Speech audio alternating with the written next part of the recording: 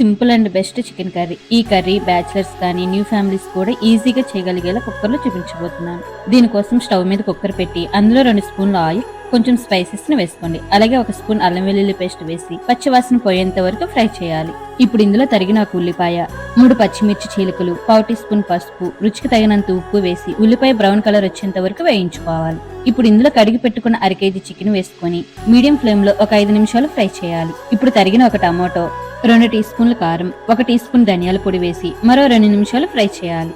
ఇప్పుడు బీట్ చేసుకున్న 2 స్పూన్లు పెరుగు, 1 teaspoon chicken masala, 1/2 teaspoon garam masala వేసి ఒకసారి కలిపి చికెన్ మసాలా అంతా పట్టేలా లో ఫ్లేమ్ లో 5 నిమిషాలు మగ్గనివ్వాలి. 5 నిమిషాల తర్వాత 1 కప్పు నీళ్లు పోసి ఒకసారి కలిపి 1 రెమ్మ కరివేపాకు తుంచి వేసుకోండి. ఫ్లేవర్ చాలా బాగుంటుంది. మూత పెట్టి 3 విజిల్స్ వచ్చేంత వరకు ఉడికించుకోవాలి. మూత తీసి లో ఫ్లేమ్ లో పెట్టి సన్నగా తరిగిన కొత్తిమీర వేసి 1 నిమిషం ఉంచి స్టవ్ ఆఫ్ చేసి సర్వ్ చేసుకోండి. ఈ కర్రీ రైస్, బిర్యానీ, చపాతీలోకి ఎందులోకైనా చాలా బాగుంటుంది.